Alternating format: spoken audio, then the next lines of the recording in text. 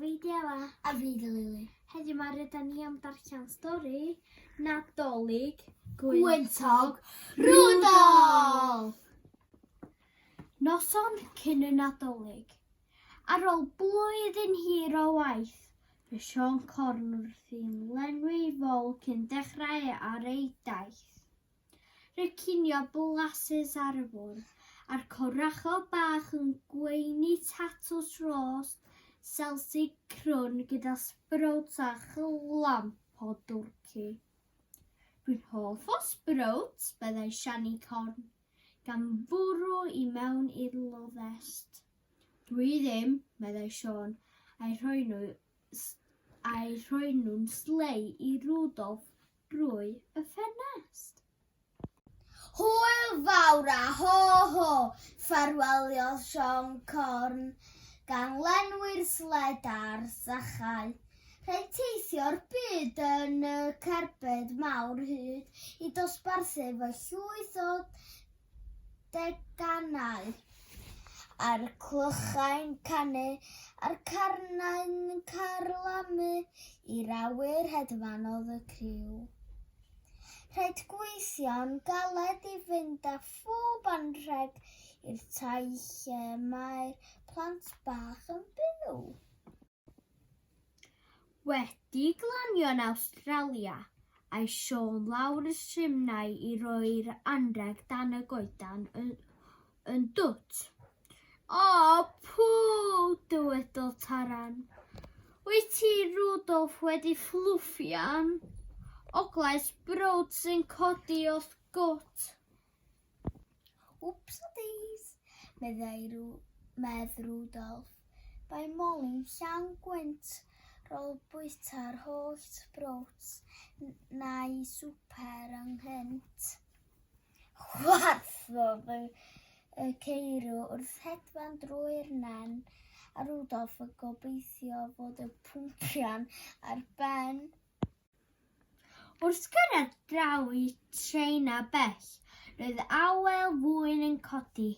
Nesgwyddodd pluen, "Ylcha fi, mae oglais browts yn drewi." "O, wps," mae Rwdolff druan. "Plis peidiwch â fod y gas. Rwy'n trio peidio fflwffio, ond llithrodd un dirgel mas." Chwarddodd y ceirw eto wrth hedfan dros fynydd a chwm. Sion Corn yn gosod teganau a'r plant yn cysgu'n drwm. Wrth gyrraedd gwlad yr India bell, roedd yr aer yn felys am wyn, ond diolch ben Calcutta fel wyntodd Carneira oglau pwmps yn llenwi drwyn. "Dwi'n hynod o sori," meddai Rwdolff, a'i wyneb nawr yn goch. Roedd yr awyr yn dew gan drewdod fel twlc yn llawn o foch. Chwerthin wnaeth y ceirw hyd gan ddal ymlaen i deithio a'i sled yn llawn i ben draw'r bryd a'r siwrne hir diflino.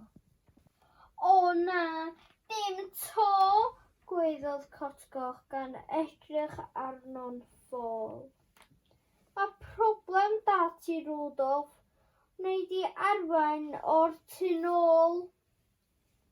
"O, sori bois," mae Rwdolff. "Mae'r cnec sydd heb wneud sŵn yn gorfod dianc allan, neu mi ffrwydrai fel balŵn." "Ti-hi-hi-hi," chwarddodd y ceirw'n hapus iach, a Sion Corn yn dal wrth i'n brysur yn dosbarthu'r llwyth o'i sach.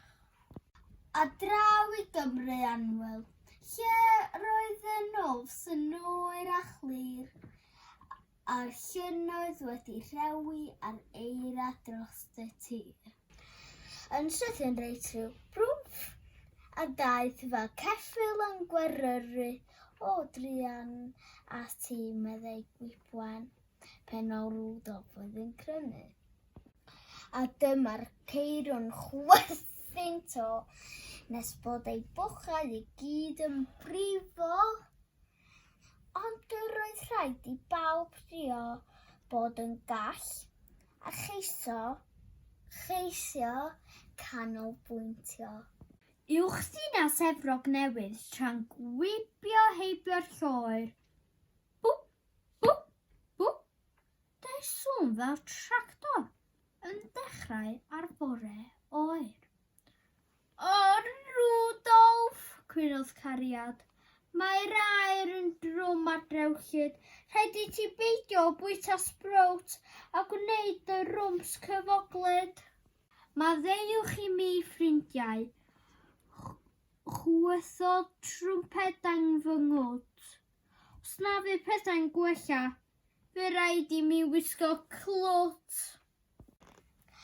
Ond gwybwen, taran, pluen a mellten oedd yn methu beidio ar cico.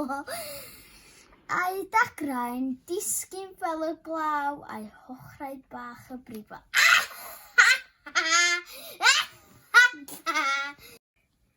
Rhithrog, carneira, cotgoch a cariad oedd yn neud dyblau ar lawer.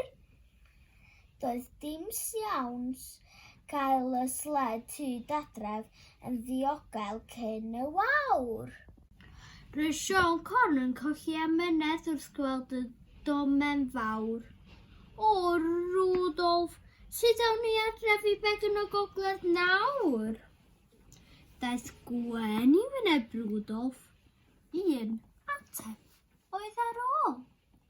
Wel, tanwyd nwyon super duper turbo y penol. A chyda. Chlec! A boom! A chrendod! Aeth y sled fel roced fyny fry. A ffrwydiad o wynt sbrowts drewllyd yn danweddu iddi hi. Wedi cyrraedd Begyn o Gogledd, roedd y cecran yn ddi-stop. Y corachod oll yn clochdar nes bod pen Sean Corn yn troi fel top. Roedd dan o stori i'w hadrodd. Roedd hi'n hunllef a dweud y gwir. Nawr, un ar y tro mae Sean Corn, a neb i siarad yn hir. Ers mynd ar eich siwrne a'n gadael ni ma, by'r amser yn hunllef fawr gas. Mae Siani di pwmpian a ffopian neb stopian gan adael hen oglau hyll mas. Ho, ho, ho, gwanodd Sean Corn. Dyna sbort sydd i'r sbrowts maleni. Tro nesaf wyta i bentwr am hwyl. Bydd dim angen gwisgo breses na belt i ddal nhrwsys. Sori gwynt fydda i ddathlu yr wyl.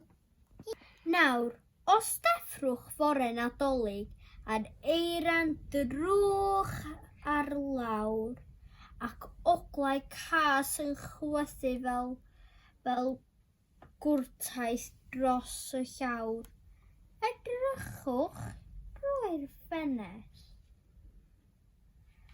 a pheidiwch â theimlo'n ffôl.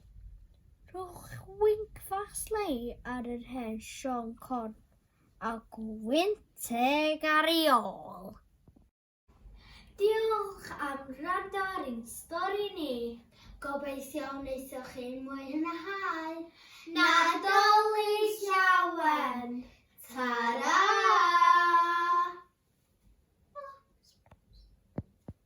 Sbïar yr corachod. Maen nhw wedi gwneud golwg mawr. Maen nhw wedi reidius hefyd.